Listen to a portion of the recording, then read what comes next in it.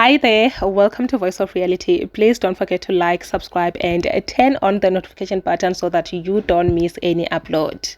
Mihlalin Damase has done it again. She have been trending, guys, because of unlawful termination and exploitation allegations.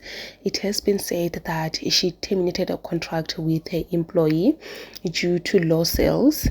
So yeah, and this went out when the salary just leaked into social media, guys. Everyone was so surprised to how can she pay an employee such an amount. It has been said that she paid the employee 215 rands, which is just something else, because I don't think a normal human being can get paid such an amount even for a day. Working for someone like Mihlalin Damase, I don't think, yeah. And at this point, I felt like she did this not knowing Oguti everything will go to social media, everything will be exposed, and now here she is, she have to come out and explain what is going on.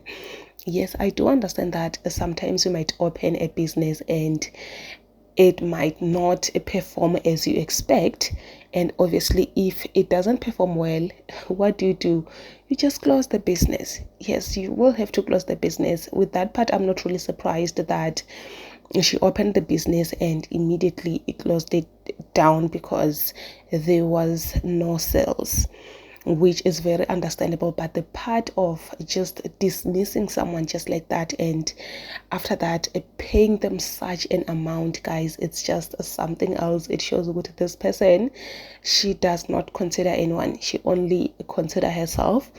But without concluding everything, let's just wait for her to come forward and explain what is really happening, what went down.